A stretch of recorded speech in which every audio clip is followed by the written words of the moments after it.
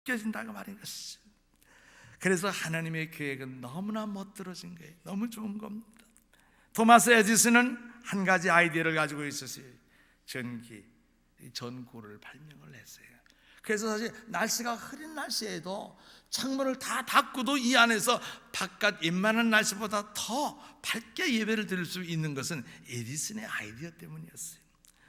라이트 형제들의 아이디어들이 오늘날 비행수를 발전시키는 시발이 되었다는 것을 압니다. 13시간에서 15시간 사이면요, 돈은 물론 들지만은 한국에 가기도 하고 오기도 하는 거예요. 어저께 우리 평화 마라톤 대회 제가 조준상 장님 주관하시는데 성대에 잘 진행되는데 갔었어요. 그런데 마지막까지 앉아있는 분들이 그 목적이 있는데 마지막 비행기 티켓이 누구에게 돌아가느냐, 나도 비행기 타고 나왔으면, 이런 마음을 가지고 있었어요. 사실상 목사 공짜 좋아한다. 그런데 뭐 끝나기 전에 나온 것도 그렇잖아요. 그래서 앉았다 보니까 마음이 조리는 사람들 보냈는데 결국은 2,000불에 2,000불. 2,000불 때문에 사람들이 이야 소리 지르고 아이고 그러니까 시비가 엇갈리는 그런 함성이 오르고 내렸습니다.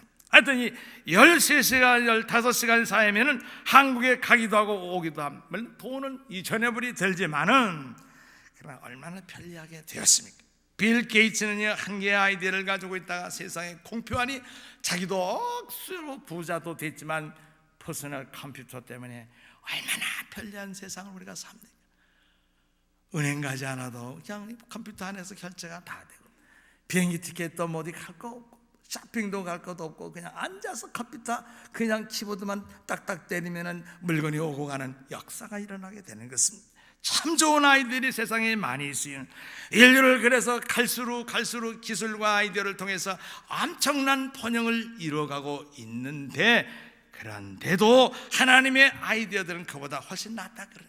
하나님의 아이디어들은 세상에 아무리 컴퓨터 기술이 첨단을 걷는다 하더라도 죽는 자는 못 막아요.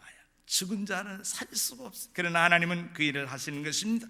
성령님은 여러분들이 이 두 가지 아이디어들을 정말로 사람의 아이디어와 하나님의 아이디어의 차이를 분별할 줄 아는 이 지혜를 갖기를 원하는 거예요.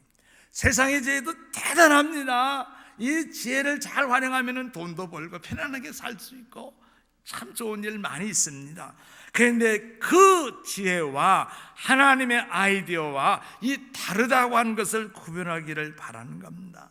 여러분, 이걸 구별하기를 바라는 분들은 말씀을 가지시고 기도하시면 돼요. Pray miracles, 기적을 위해 기도하시기 바랍니다.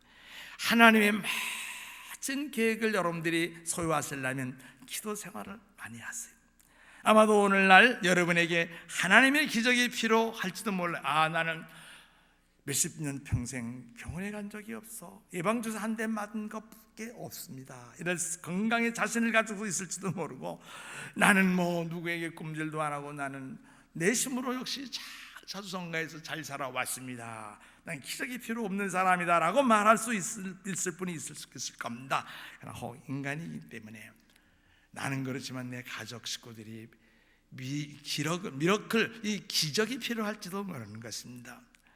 여러분이 하나님에게 기적을 보여달라고 구한다면 하나님은 아이디어를 주시는 거예요. 아이디어.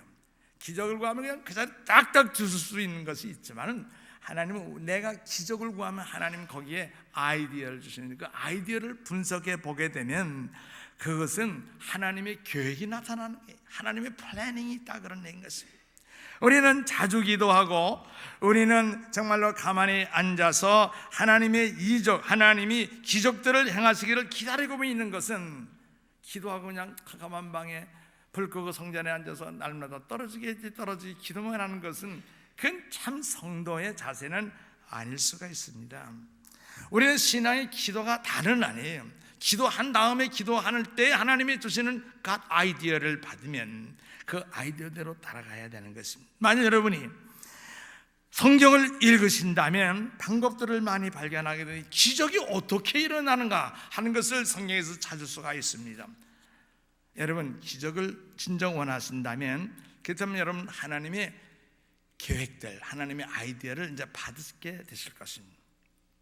여호수아가 모세 후계자가 돼서 수백만을 이끌고 이제 가나안 땅을 향해 땅을 밟기 시작했는데 첫 번째 부딪힌 성벽이 여리고라고 하는 것이 난공불락해서 이건 누구도 무너뜨리기가 어려울 정도로 아주 강한 요새였습니다. 그런데 이 여호수아가 숫자는 백성의 숫자는 200~300만이 된다지만 훈련된 군인이 있습니까? 식량이 있습니까? 무기가 있습니까? 아무것도 없다시피 하는 것입니다. 그 여호수아에게는 사실상 이 여리고성을 쳐서 무너뜨리고 통과하는 데는요 하나님의 기적 외에는 있을 수가 다른 방법이 없었다 하는 얘기인 것이죠. 그래서 여호수아 하나님 앞에 기도한 것이죠. 그때 6장에 보게 되면 여호수아 6장 보게 되면 3절 이하에 너는 모든 군사를 동원해서 성 주위를 매일같이 돌아라. 매일같이 한 바퀴씩 돌되 만일에 마지막 날 7째 되는 날 엿새 동안은 그리하되 7째 되는 날은 백성들이 쫙 돌아서 돌고 돌되 제사장들은 양의 뿔이 조그만 것도 있지만 큰 것도 있습니다. 그냥 사폰처럼 말이죠. 그 큰 양각 나팔로 제사장들이 나팔을 길게 불고 백성들은 그 소리가 끝날 쯤 무렵에 함성을 올려라. 그러면 뭐라고 그랬을까? 내용은 안 기록이 되어 있지만은 그 내용은 분명히 무너져라. 믿음 있는 사람은 무너졌다다 아마 이랬을 겁니다. 그렇게 외치라고 한 것이었어요. 그래 결과대로 그 지시대로 하나님의 갓 아이디어거든요. 그 명령대로 행했더니 그 드디어 여리고성이 무너지더라 그 말인 것을. 순종의 결과인데 뭘 순종했느냐는 하나님이 한 단계, 두 단계, 세 단계 절차와 그 플랜 아이디어 과정을 얘기해 줬는데 그걸 그대로 실천했더니 무너지더라는 겁니다. 여러분 기적이 정말 필요하게 되면 여호수아가 행했던 것과 같이 돌라면 돌고 닷새야 돌아도 안 돼요. 엿새 돌아고 그리고 7째 돈 날 6바퀴 돌아도 안 돼. 마지막 7번을 돌아야 돼.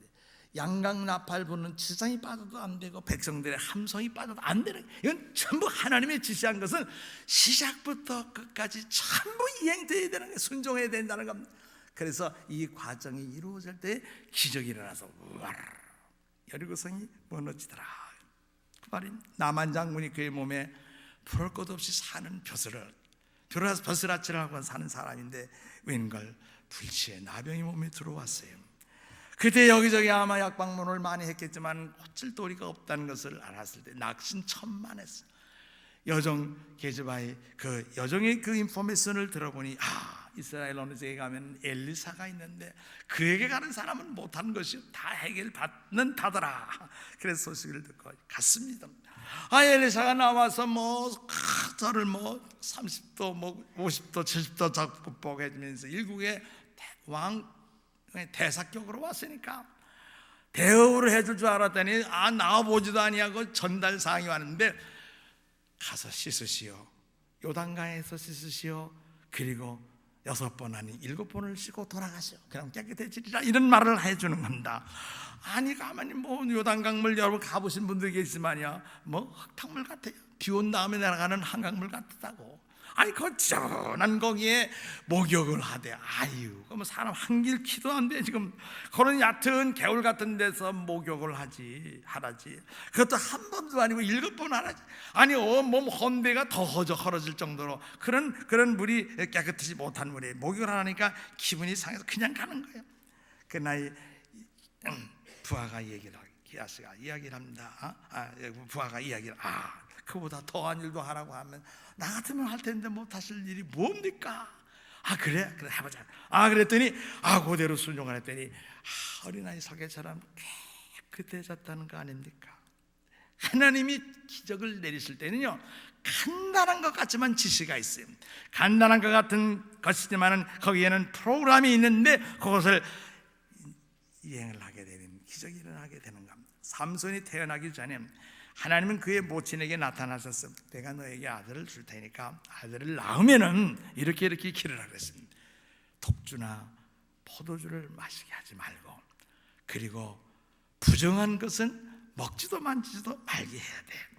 그때 그 나가지고 삼손을 머리에 석도를 대지도 말고 그저 길러라. 그대로 길렀더니 나라를 건질 수 있을 만한 사사가 된 것이 아니겠습니까? 그 비슷한 예가 신약의 누가복음에도 보면 엘리사벳과 사가랴의 그 아들 세례 요한이 나서 그와 같은 나시린으로 길려진 것을 보게 된 것을 우리가 잘 알고 있습니다. 여러분이 기적을 하나님께 구하신다고 하면 구하실 때 하나님은 하나의 기적을 위한 계획을 주실 수가 있어요.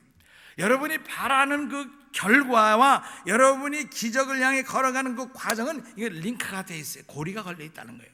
그러므로 여러분들이 분명 그 기적을 결과를 얻고 싶어 하시면 하나님이 기도 중에 말씀을 들을 때 그 디렉션, 인스트럭션, 아이디어를 주실 때 그걸 그대로 말씀대로 따라가시면 여러분이 결과를 얻는 것은 이건 틀림없는 일이라 그 말인 것입니다. 그래서 우리는 기적을 얻으려면 그 하나님의 아름다운 그 계획들을 따라가세요. 선한 것을. 에레미야 29장 말이죠. 11절 말씀 보게 되면 거기 그런 말씀이 있습니다. 너희를 향한 나의 생각을 내가 하나니 평안이라. 하나님이 우리를 향해서 주고자 하시는 그 근본 전체는 근원은요, 평안, 피스, 평안을 주시겠다는 겁니다. 재앙이 절대 아니야. 하나님 믿어서 손해볼 일이 없습니다. 그래서 재앙을 하나님은 우리에게 관계도 없게 하시는 것이 올 재앙을 오히려 밀어버리고 다 우리를 피해나가게 만드시는 것을 너희에게 미래와 희망을 주는 것이라고 말씀을 하시고 계시다 하는 것입니다. 하나님은 하나의 목적을 만드셨습니다. 여러분 아세요? 하나님은 여러분과 나를 위해 이 목적을 만들어 가지고 계십니다. 여러분이 사물이 만들어진 이유를 모르시면 이 컵이 왜 만들어졌나? 이 강대상이, 이 카페트가, 이 자연 만물, 모든 것이 다 왜 만들어졌는가? 이 목적을 알고 싶으면 박사에게 가지 마세요. 점쟁이에게 가지 마세요. 사람에게 가지 말고 하나님에게 찾아가서 물으세요. 하나님, 이걸 왜 만드셨어요? 카나다가 왜 있고 한국에 왜 있었고 왜 내가 여기 왔고 왜 여기서 10년을 이렇게 고생하며 살았고 이제 내가 이제 왜 살만하게 되었고 이 사실을 목적을 알고 싶으면 이유를 알고 싶으면 하나님에게 꼭 물어보시기를 바랍니다. 여러분 피조물의 목적을 물어보면 몰라요. 나도 피조물 너도 피조물인데 내가 금신상 금송아지 앞에 인생의 목적을 물은다고 대답하겠습니까? 같은 피조물 대답이 나올 수가 없다 그 말인 것입니다. 그러므로 우리들이 하나님이 주신 높은 학문을 가지신 분이 계시죠. 하나님이 주신 그 놀라운 건강을 가지신 분이 계시죠. 여러분의 출세와 명예를 가지신 분이 계시죠. 대통령도 있을 것이고 장관도 있을 것입니다, 우리나라에. 그러나 그 좋은 직분들을 가진 사람들이 내가 이렇게 된 목적과 이유가 무엇이냐고 대통령에게 물어서 몰라요. 학자들에게 물어서 모릅니다. 자문위원들에게 물어서 모릅니다. 하나님에게 물어야 되는 것은 창조주에게 여러분의 인생의 목적이 무엇인지를 알고 싶은 분은 물어보시기 바랍니다. 여러분 중에 어떤 사람은 이렇게 생각할지도 모르죠. 나는 어디로부터 왔는지 모르겠다. 어디서 왔다 어디로 가는지 알 수가 없지. 생각이 나는데 그거다. 아버지에게서 왔지. 아니 어머니에게서 왔지. 그래서 어머니 아버지에게로부터 내가 왔구나. 이렇게 여러분의 배경을 이야기할 수 있는 분도 있겠지만은 그러나 그 배경이 참 배경이 아니라는 얘기를 우리가 알아야 됩니다. 예레미야 1장 5절 보게 되면 조성하기 전서부터 날 때부터 나기 전서부터 하나님이 개입하셨다는 사실이에요. 우리 어머니 아버지가 결합이 되기 전에 하나님이 나를 예비하셨다는 사실. 그러면 여러분 어디서 왔어요? You came from God. I came from God. 여러분은 나는 하나님으로부터 왔지 눈에 1대 2대 전에 아버지 그리고 할아버지로부터 온 것이 아니라 그 전에 하나님이 우리를 계획하셔서 오셨다고 하는 것입니다. 에베소 2장 10절 우리는 그의 만드신 바라 선한 일을 위하여 지으심을 받았느니라. 여러분과 내가 이 세상에서 왜 하나님의